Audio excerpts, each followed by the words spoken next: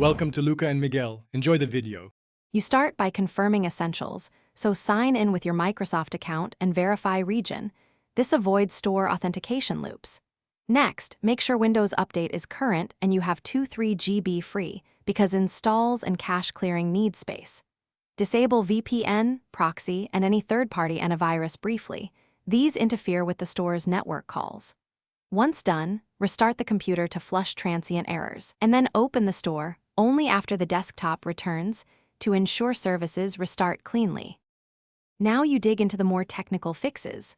Run WS Reset, exe as administrator to clear the store cache and force a fresh catalog download. It often resolves stalls. If that fails, open services.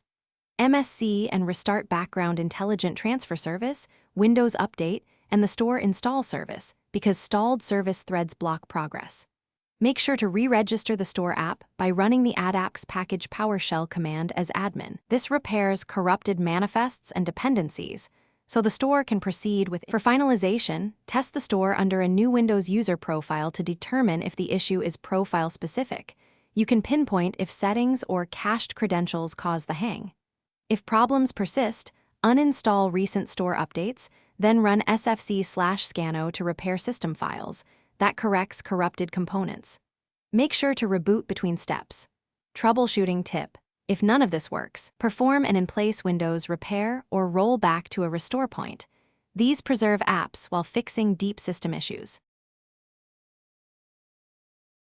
Thanks for watching and please subscribe. It's the best investment you'll ever make.